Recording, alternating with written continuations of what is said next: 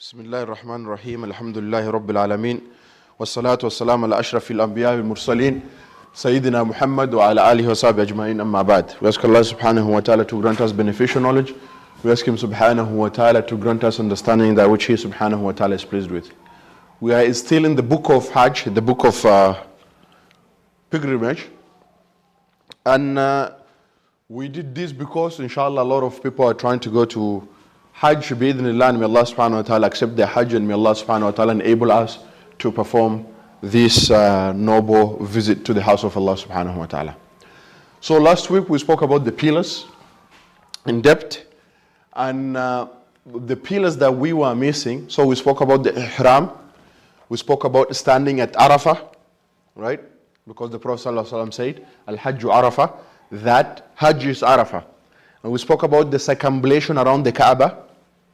We briefly spoke about going between Safa and Marwa, and definitely we did not speak about the halq or khaza, the shaving or cutting of the hair short. So let's look at Allah subhanahu wa ta'ala tells us in the Quran, Inna Safa wal Marwa min sha'airillah, that this Safa and Marwa are among the symbols and the signs of Allah subhanahu wa ta'ala.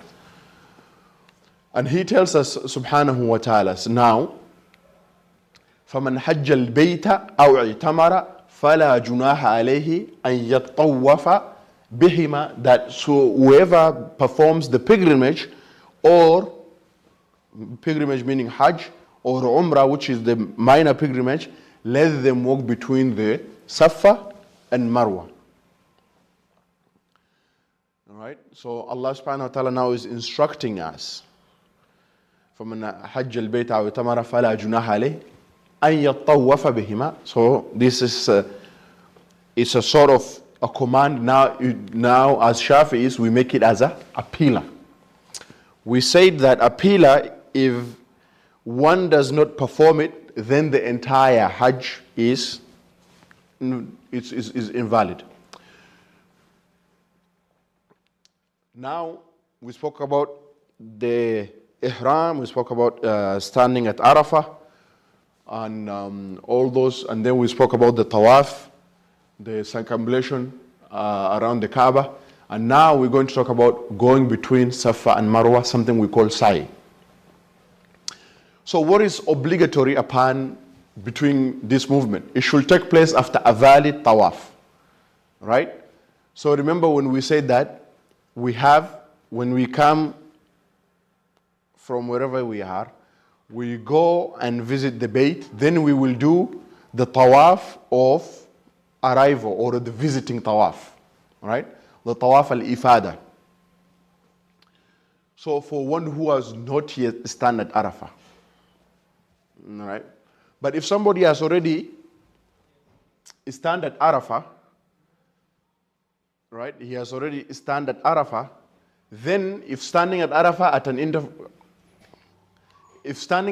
intervenes between the arrival tawaf, meaning tawaf al-qudum and sa'i, meaning then he should not perform it until tawaf al-ifada. If he does say after the arrival tawaf, then it is not recommended to repeat it afterwards. If you already did it, then you're not required again to repeat it.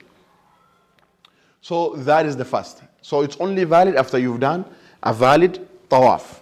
Great, meaning valid circumambulation. The second thing is to begin from Safa. Because Allah subhanahu wa ta'ala in the verse starts by Inna Safa wal Marwa. And then the Prophet sallallahu ta'ala alayhi wa sallam said that we start the way Allah subhanahu wa ta'ala started. So Allah subhanahu wa ta'ala in the verse preceded Safa before Marwa. So now similarly, now just like the verse, we will start from Safa. If one begins at Marwa, right? If one begins at Marwa, then so I'm going from Marwa to Safa. That one does not count.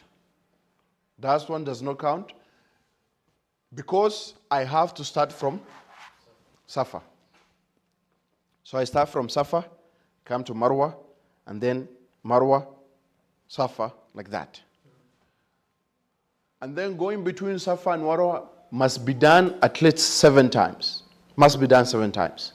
I cannot do 8, I cannot do 6. If I do 6, my sa'i is incomplete.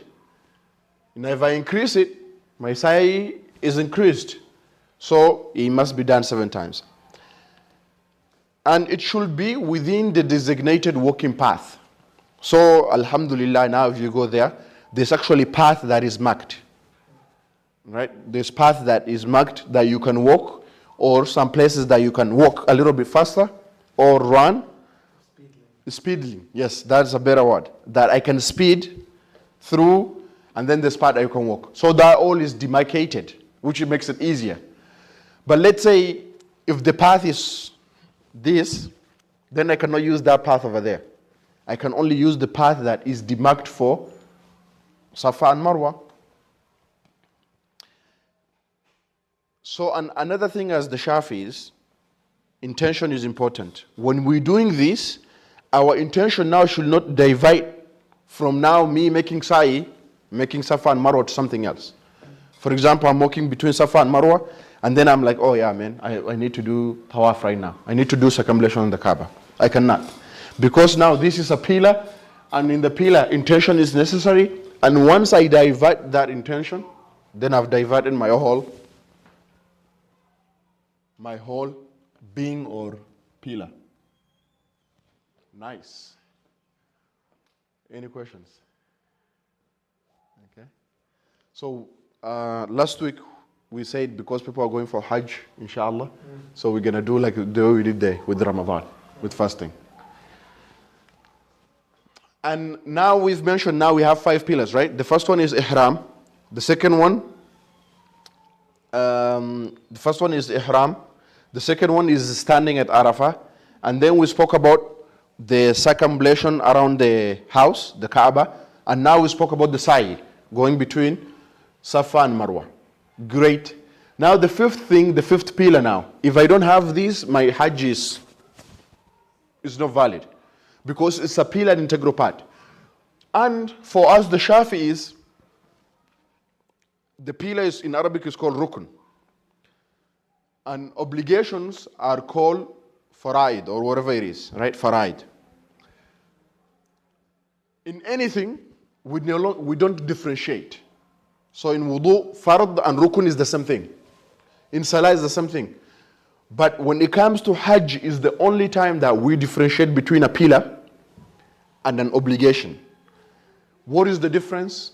The difference is that if I don't perform a pillar, it's just like the rukun in salah or wudu. My wudu is invalid, right? My salah is invalid. Similarly to Hajj. But for obligation, I have to do some expiation. I have to slaughter or I have to fast, and. So I can make it up in a way through paying a penance. Okay? So these 5 is a pillar. So if I don't have it, then Allah subhanahu wa ta'ala says in the Quran, مُحَلِّقِينَ رُؤُوسَكُمْ وَمُقَصِّرِينَ. So he's talking about both the concept of either halq or the shaving or the cutting. And we'll talk about it.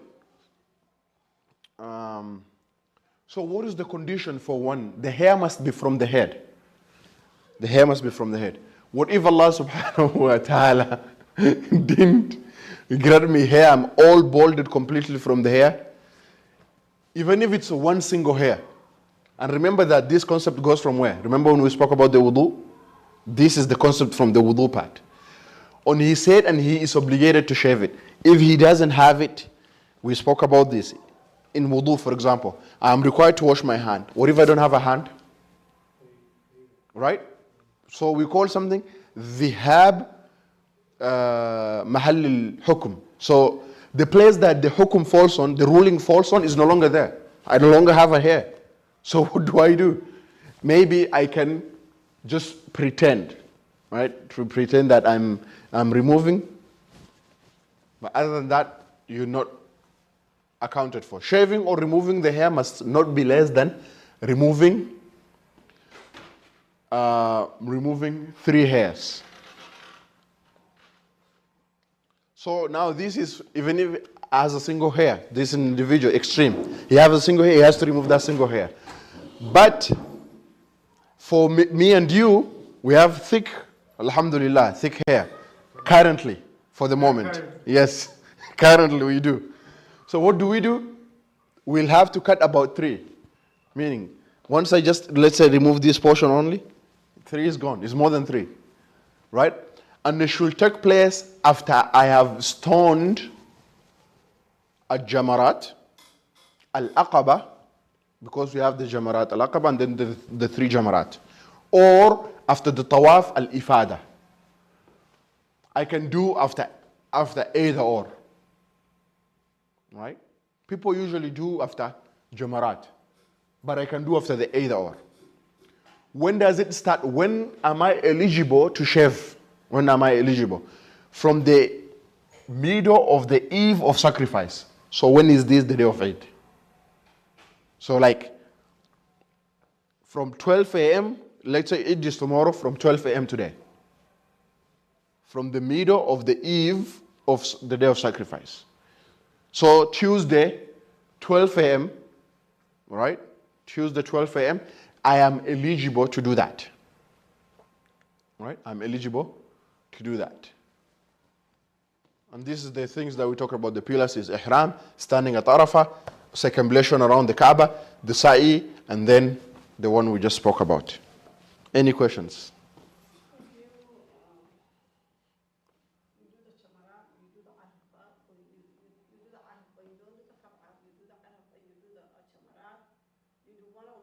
No, Jamarat is not yet. Jamarat is not among the pillar. Okay. If you do not do the tawaf, you tawaf, and then you do the Arafah and you do the Sa'i. Yes. And then halq. Yes. Then you halq. You done. Not you done, but actually you can take your ihram off, right? Yes and no. Yes, in the sense that if I only do this, I am missing other things, which are obligations. And if I miss those things, then I have to do an expiation of them, of which we'll talk about it later on, inshallah. But this, if I don't do this, my hajj is done. I don't have a hajj. So Any of it. One or the other. Let's say I did ihram, I'm good, I stand at Arafah, I did tawaf, I did not go between Safa and Marwa.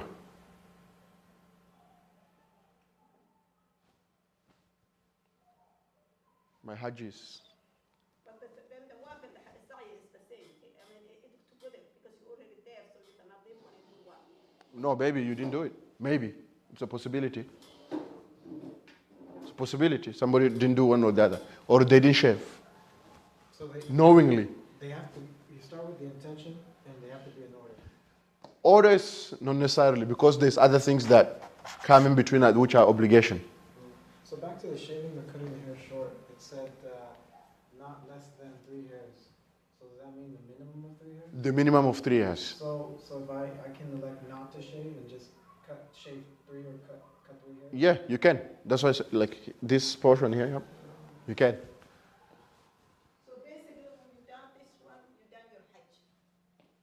Yeah, this one. Yeah, the pillar you're done. You're done with the pillar. But there's another part. Oh yeah, that you remember, staying in Mina and... Yes, Muzdalifah. And stuff. Yes, you didn't... It's like you can make a diya, those if you miss it, like you can, or siyam or diya, or... Yes, there's an expiation for that, absolutely. So These are, there's no expiation for this. This is your hajj, yes. Yes, that's a very good way to put it. This is your hajj. So now remember, we said in the Shafi'i school, right? We don't differentiate in any other chapter between wajibat and rukun. But when it comes to hajj, we do. And why? I've explained that. But let's look at what are the obligatory acts of Hajj. 1, to enter Ihram at the proper place and time, miqat. Right? This miqat, zamani, timing and the place. Okay? To spend the eve of the day of sacrifice at Muzdalifah. Right? Tomorrow is Eid. Today I spend at Muzdalifah.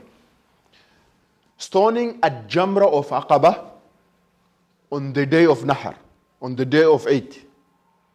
Okay? And now we have another stoning, the 3 stoning. Right? At the 3 pillars. Al-Sughra, Al-Wusta, Al-Kubra. And then staying the night at Mina. How many nights? Mina. How many is it? 2 or 3. We'll talk. We'll talk about it, okay? 3, ideal. Somebody in a hurry wants to get back. 2, right? Performing the farewell circumambulation. Right? The tawaf. To farewell. To say Assalamu alaikum. Okay? Now let's look at the first one. To enter Ihram in the proper place and time. Let's start with the timing. When am I eligible to take the intention and be in this state of Ihram? It's beginning from immediately after Ramadan, right? So the next month after Ramadan, it goes up to the first 10 days of Dhul Hijjah. Okay, so technically today, as of today, I can make my intention to be in this state and I can make intention to make Hajj. Because I'm able to. Let's say I get visa tomorrow and then I fly out the day after, right? I'm good. But because things don't start until on the day of Arafah. So maybe the 8th and then the 9th. Okay. Allah subhanahu wa ta'ala tells us in the Quran, Al-Hajju Ashrul Ma'rumat, that this Hajj is only a number of days. It's only a couple days. Okay? What happens if I enter Ihram for Hajj during non-Hajj time? For example, now is Hajj time. But outside these months, outside Shawwal, Dhul Qa'dah, and the first 10 days of Dhul Hijjah, I make the intention to enter Ihram of Hajj, let's say for example Ramadan. What happens? My Ihram is going to count for Umrah. It's not going to Hajj for it. Right? It's going to count for Umrah, not Hajj. Because it's outside the non-Hajj season or non-Hajj months. Okay. That is about the timing. Great. Now, there's the things that now, where can I put on the ihram? Meaning, where can I put on the white cloth and all these things? Let's start with the people who are Meccans. Meccans. Either you're a student in Mecca, you live in Mecca, or that is your residence. What happens with them is that they'll go pray 2 rak'ah, which is sunnah. And we talk about the sunnah of ihram and all these things later on, and the sunnah of Hajj.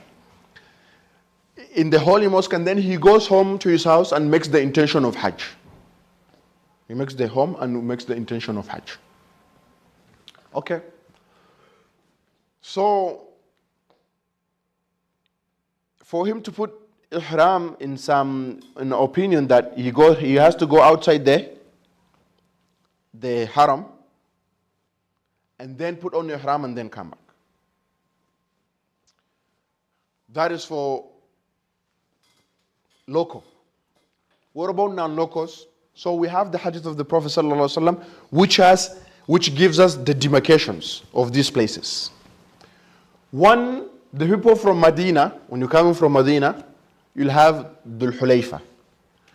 People from Egypt, Asham, meaning Palestine, Syria area, and North Africa, right? All the Tunisia, Libya, right? And Maghrib. They go to Al-Juhfa. People of Yemen, they go to Yalamlam. People of Najd, they go to Qarn. And people of Iraq, they go to Dat al-Riq. So these are some places. Now for me and you, coming from all over. I'm coming from Somalia, I'm coming from Kenya, I'm coming from the United States, I'm coming from Canada. I don't see. So how do I follow this in putting my ihram? There's two ways that you can do it. If I don't pass, I'm traveling and I don't pass through any of these demarcations, and I might not. So the good thing is that now when you're in the flight makes an announcement. Right? Now you can put on your ihram. That is one. Okay. Another one is I will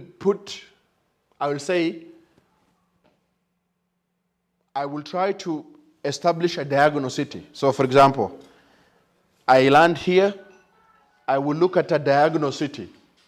That or a parallel city or a diagonal city to that miqat. For example, I enter this place and the diagonal for me, I will see is Yalamlam, maybe, or that Riq.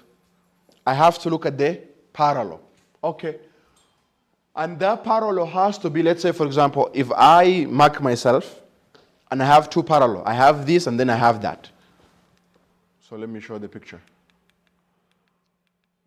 So for example, so I came and I have two diagonal. I came, let's say, for example, when I'm coming to Medina, right? I can do this one, Dhul Hulayfa, when I land there. When I land at Jeddah, I will look what is diagonal to me.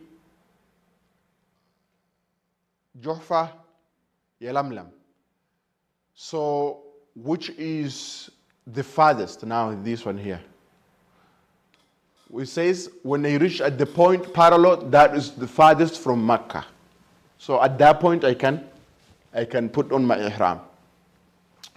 What if now I am at a city that doesn't have any parallel? One enters ihram at a distance which is a traveling distance from Mecca. For example, I try to do a distance, I don't have it. So I'll make sure that I measure a distance, and I put kilometers for a reason, because there they use kilometers. So this is about 82 kilometers, about 50 miles, if I'm right or wrong, almost 50 miles. That is what allows the Shafi'is to combine their prayers, to shorten and combine. Or someone residing close to Mecca at the distance can enter either. Remember when I said there's one opinion that he has to leave, enter and then come back, or he can enter at his residence. Enter at his residence. Another opinion is that I can actually enter ihram in my own resident country if I want to. Yes, I can enter ihram from here. Even though it's encouraged for me to do this, the parallel, or go to an actual site. But if it's not possible, especially the Kenyans, I don't know about Somali, but Kenyans, they put on the ihram in Kenya. They make the ihram, but they make the niyyah in the miqat, in the border where you make your niyyah. Otherwise, You can. You put your ihram from home. Yes. From home, but then when you come to the airline, then you have a place where you, before they enter to sit there, or that they tell you this is where they announce. So then you make your. You can make your niyyah, but you can make your niyyah from your home too. Even though this which is preferred is that one. The one which is preferred, that one. That I can enter my ihram, and then when I get too close to a miqat, then I make my intention on whatever it is. Absolutely valid, that is the best. That is best. But I can enter it from my home residence. So this is the hadith of the Prophet ﷺ that gives the breakdown of the places. What if one goes beyond miqat now?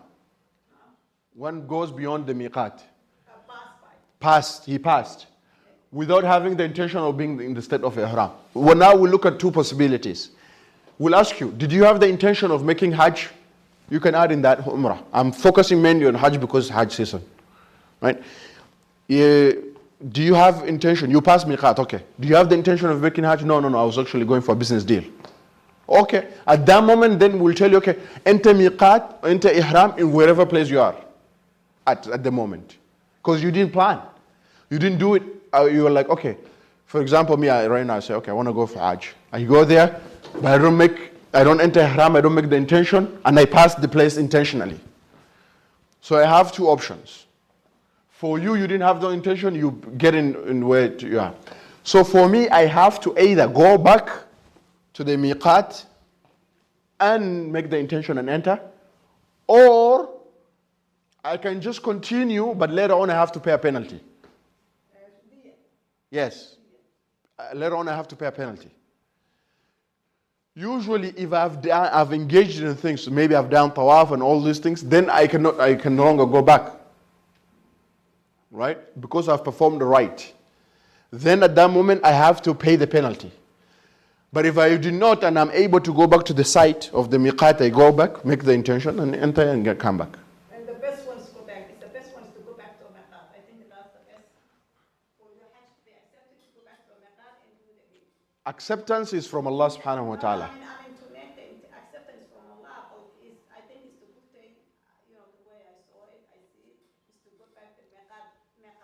Always, again, this is another point here, like, one can enter ihram from his own country, but it is better at the proper ihram site. This one is afdal, one is better than the other. Can somebody do the contrary from their home country, or they passed miqat and they didn't go back? Is the Hajj going to be valid if they do if they take care of the penalty? Yes. Acceptance from Allah Ta'ala. In fiqh, we just look at, is it valid or not? Oh, valid. That's why I'm saying it's valid to go back, and if you not go back and you make the diya, that means it's valid. Bi'idhnillah, it's valid. I mean, how the Sharia, Right? It's valid. It's going to be valid because, again, I've done a penalty. I've done a penalty. And that is the difference between obligatory and the pillar. For the obligatory, I can do this.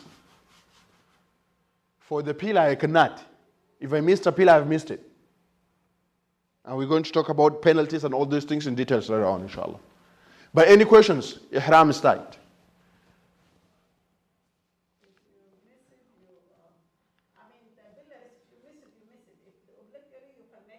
Yes, I can. There's a way for me to correct the mistake. We talk about that later on. We'll talk about different scenarios and different things. Could you describe the parallel again? I didn't understand. Which one? That, yeah. So it's either, you see this circle? I can either locate it with the circle or a parallel. So let's say, for example, I arrived at this city. Okay? I arrived at this city. So I will just go here. And then the one because, yes, it's either I'm connected to this or this. Right? I'll be in this or that, right? Now I will make sure which one is the farthest from Mecca. This one. Oh, parallel. So they're on the same. Yes, longitude, whatever that, longitude or latitude, I don't know the difference. Yes, that one. Oh. The same line. So they connect. Yes, I can, right here. I'm here or I'm here.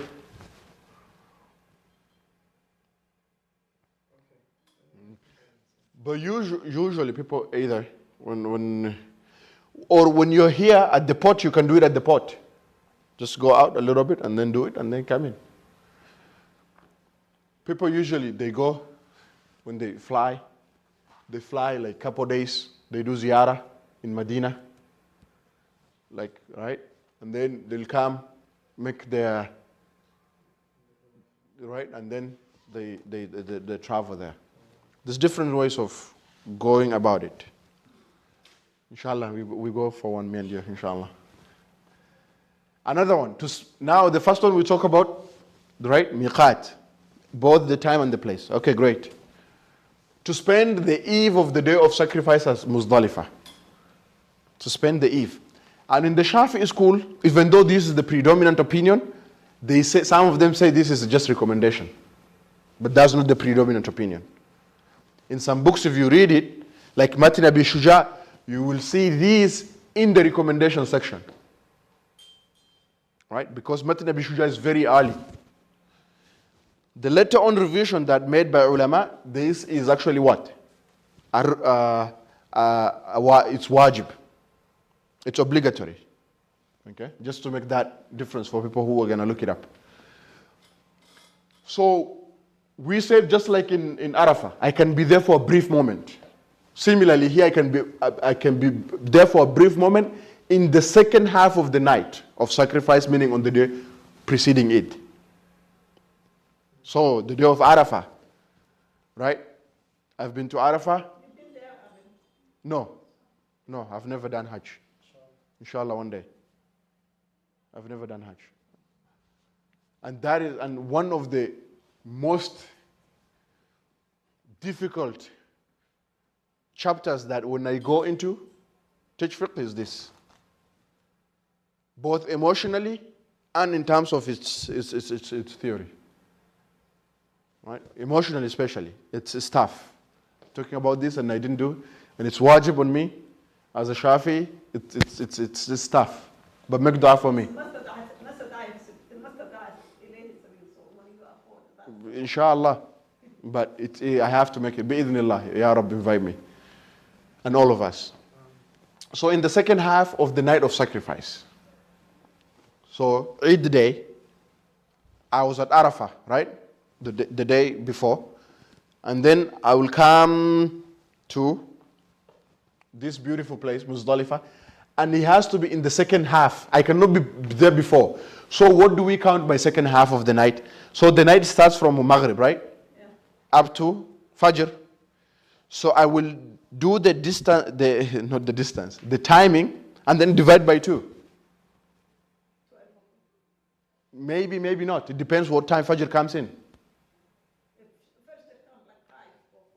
Okay, yes. Let's give an example of even numbers that we can able to divide. Let's say Maghrib comes in at 6, that is evening, and then Fajr comes in at 6. So 6 to 6 is how many hours? 12. So I will divide the 2, 12 midnight. So I cannot be here before 12 midnight. Even though in other schools like the Maliki schools, they say you can. Which one? You cannot be there? I can only be there, I cannot be there before 12. We went there on the Maghrib time. You pray Maghrib there. No, not according to the Shafi'is. Now, so this is the thing now. Can I take a rukhsah from another madhab? Yes, I can take a rukhsah from another madhab.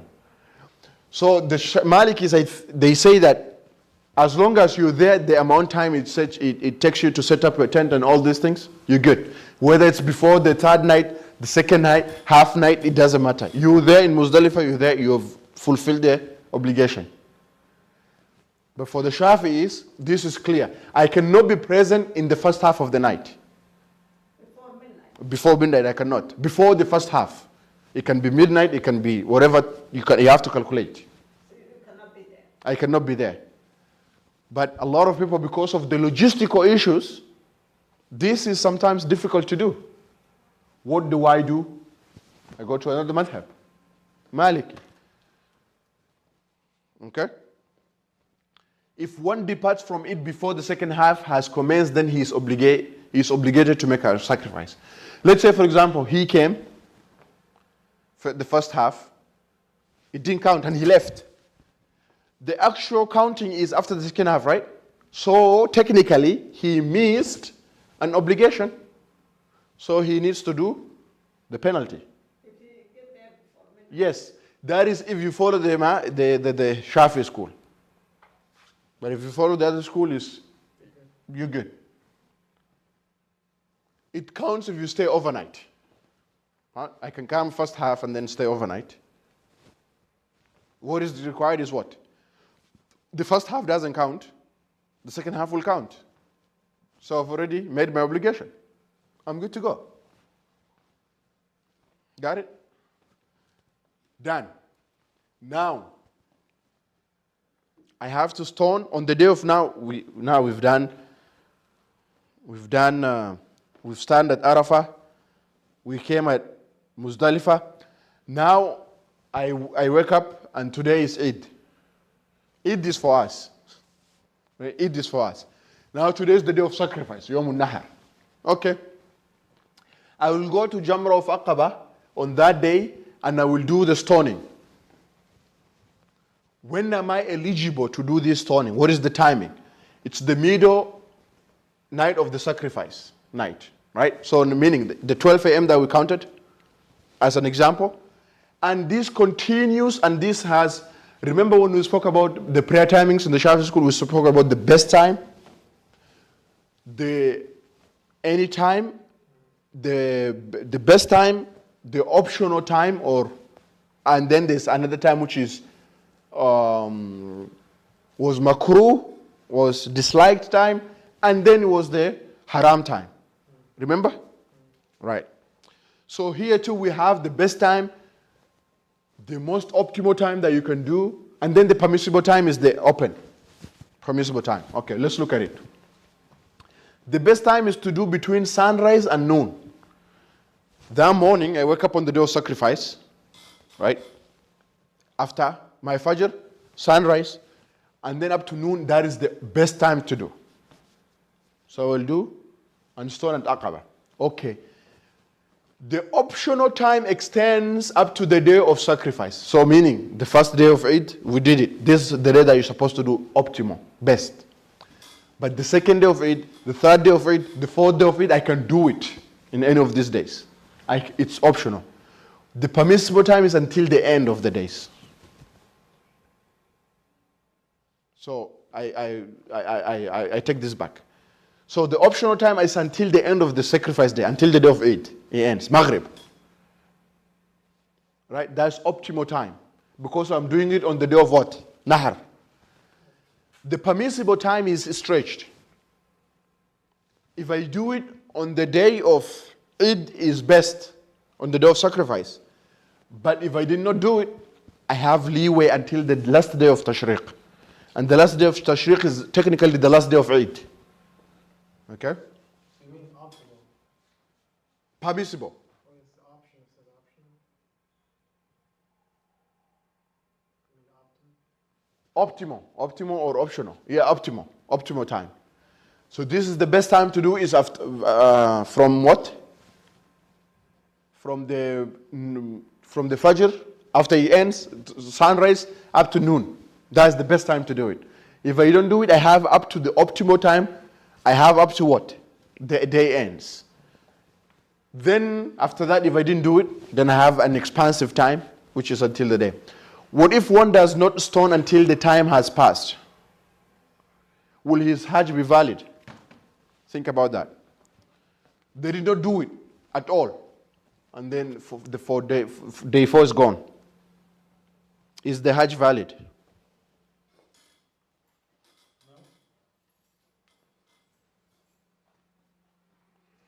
Is the Hajj valid?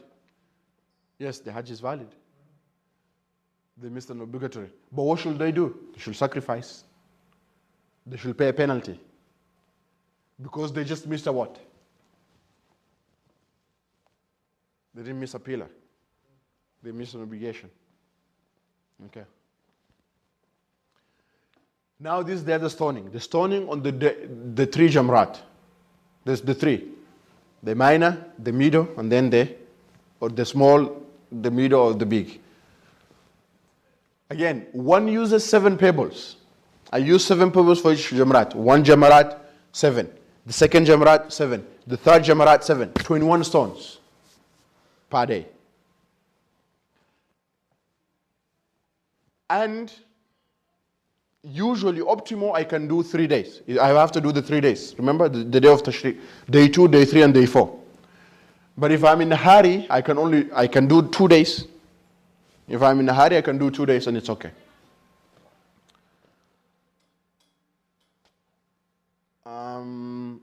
When now can I be eligible? What timing is it? Only valid after the noon time of each day of Tashriq. So meaning that before noon I cannot throw.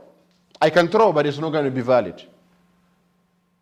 So day 2, day 3, day 4, I will only go and start throwing after what? After noon.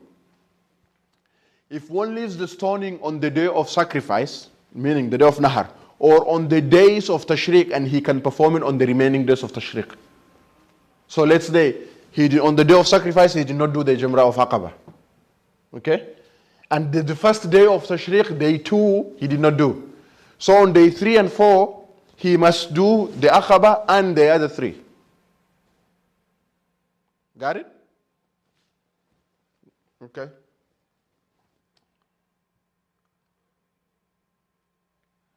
Is it permissible to perform the missed stoning in the daytime or nighttime? It is permissible. So meaning that, let's say day 2 I missed it, right? I missed day 2. So now I have day 3 and day 4. So I want to make up the day 2. So I'll go and then afterwards at the nighttime and throw for day 2 or the Aqaba one. I can do that. Now, stoning after day 2, 3, 4, those are the days of Tashriq. It's invalid after that. I cannot throw it. And one is obligated to do a penalty for leaving 3 or more pebbles. So 1, for example, I went to throw, right? So how many pebbles should I throw? 7 at each pillar. At this pillar I threw 2. How many am I missing? 5. Then I need to pay what? A penalty. Another scenario that comes is that, okay, look, I've done all the major parts. But when it's throwing, I am sick, I'm either sick or I'm not feeling well. What should I do? Can I appoint somebody, tell, okay, Miguel, can you go and throw it for me? Is it valid for me to tell Miguel, go and throw the Jamrat for me? What do you guys think? If he's sick? Yeah? Yeah, I have sick or I have something that incapacitates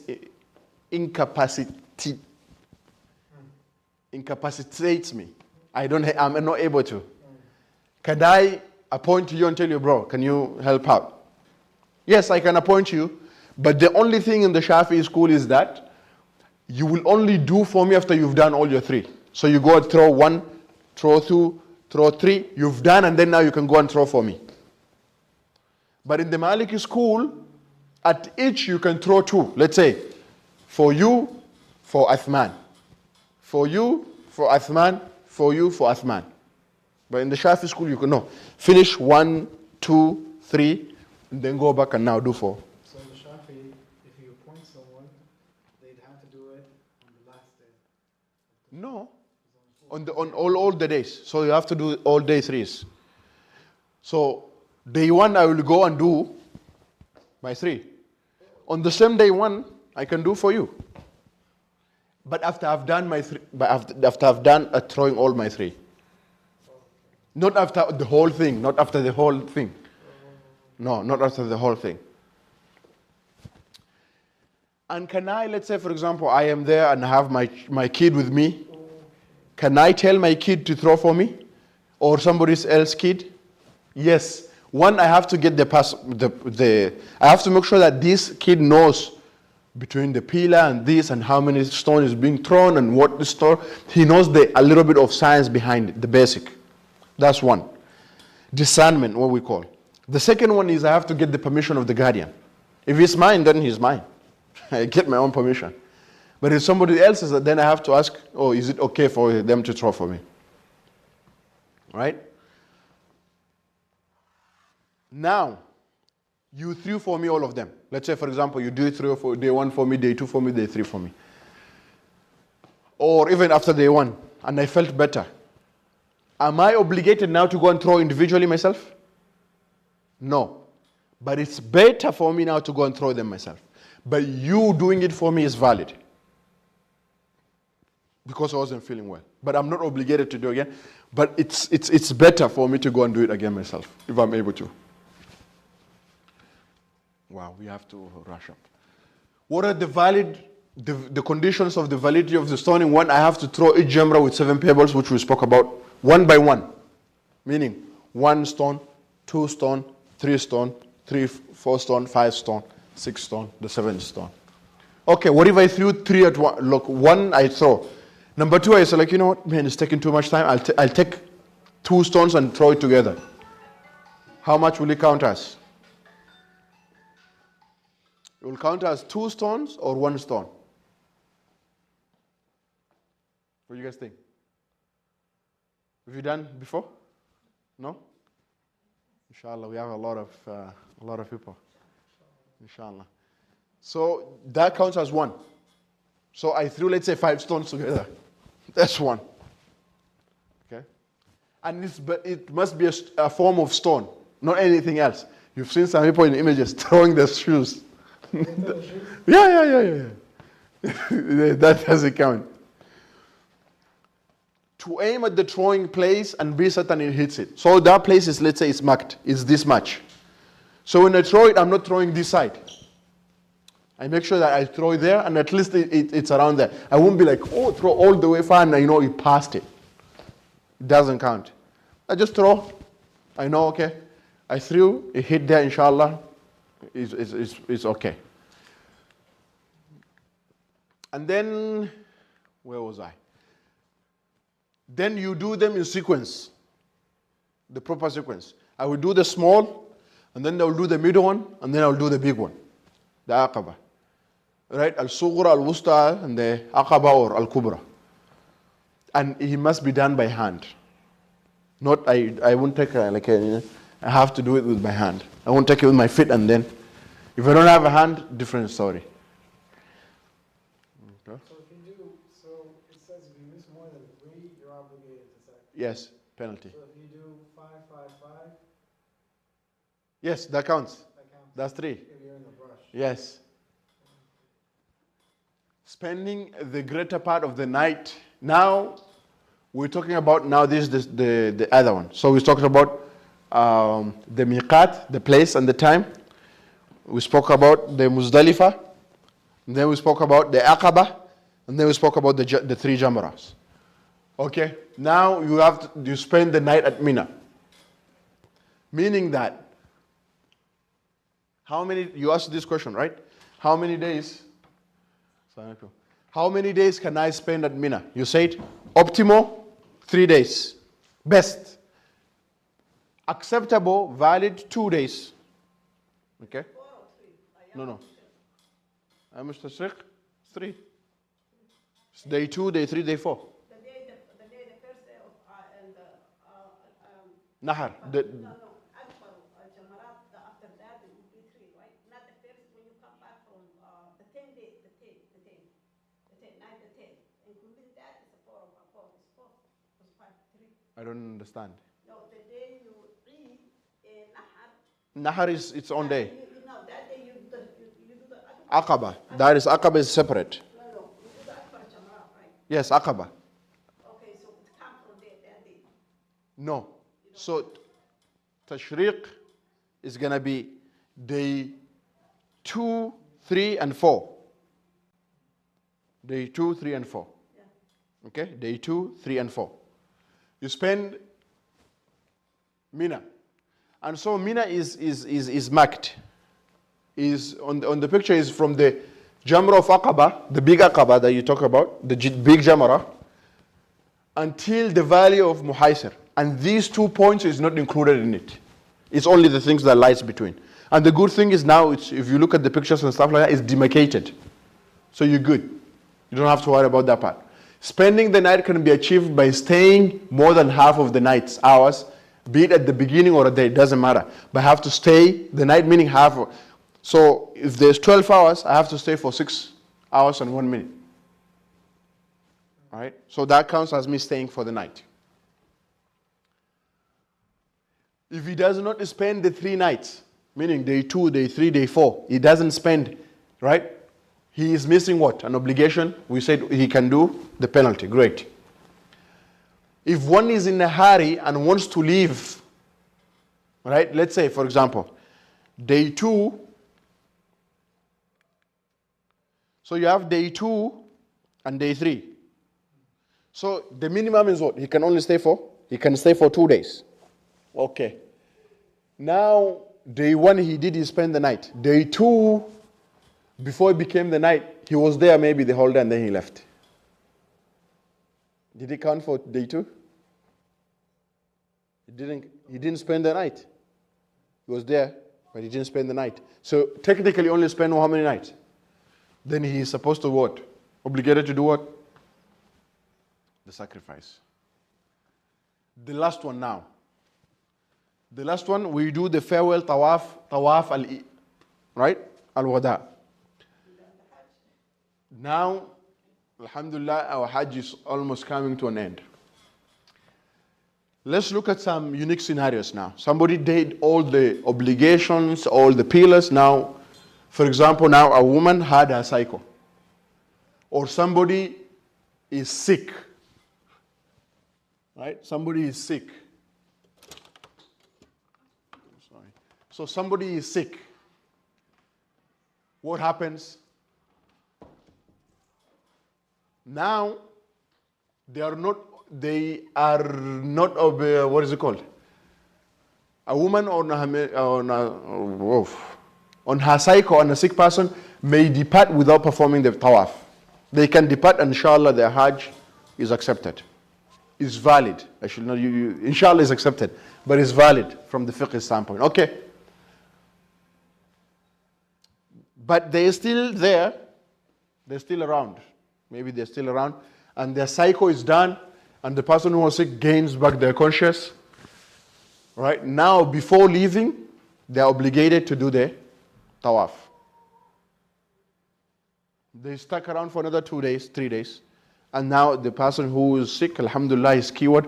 He is now obligated to do. But if he's sick and he left in that condition, what? Is he obligated? No, he's good, alhamdulillah.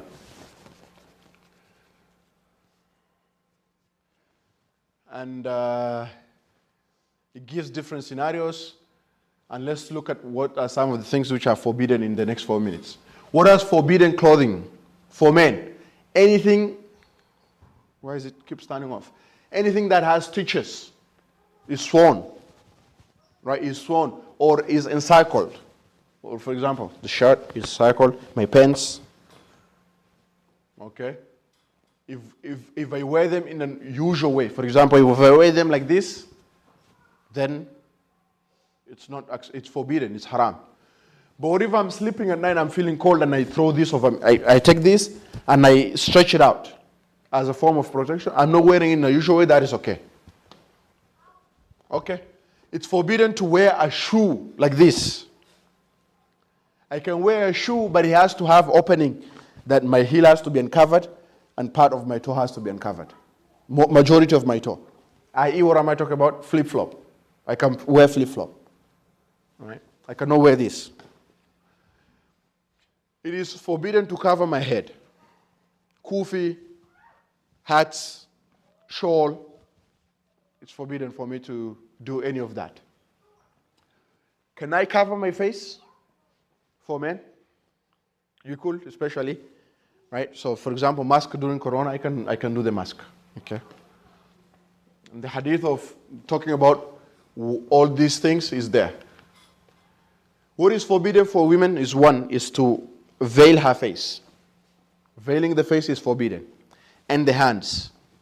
Right? And we defined what face is in the chapter of wudu. With things that are considered something to cover the face. For example, niqab is one.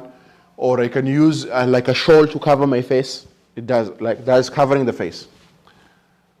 Blanket, right? Forbidden to cover the hands, and the hands we say the hands. Nice. What about things from the body? I cannot use perfume. Meaning what?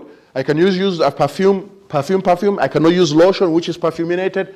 I cannot use soap, which is perfuminated. None of that. The good thing is when you go there now, they give you unperfumed these things. Please stay hygiene. All right? For men, you cannot apply hair, you cannot apply oil to, mashallah, your beard and your hair. Okay? You cannot apply. Even if it's not perfumed. Okay? And to shave and cut the hair and the nails, I cannot. Again, knowingly, I cannot be like, yeah, mashallah. Unknowingly, if I do it, that's something else. I did not do it deliberately. Combing, it's makruh. If while you're combing, more than 3 hair fall out, then you have to pay the penalty. What's combing though? Comb? A comb? Or Yeah, comb. with my fingers. The brush. Even with the finger is discouraged. Because why? When you're doing that, maybe your hair will fall. Right? So the point is, look, for me to look as natural and disheveled as I can to show my humility and humbleness. And we end with this. Inshallah, we'll talk about this next week then. Okay, we have 1 minute. If there's any questions, throw it. If no, we'll go for our Muslim class. We ask Allah subhanahu wa ta'ala to take us to Hajj. Ameen. Ya Rab. Jazakallah khair. I have an unrelated question. Unrelated question, yes. Yeah, when you said that this defines the hand, so like when we understand the 4 things you have to wash in the farz wudu, not the sunnah one, but the farz. Bro, why are you bringing Hannah?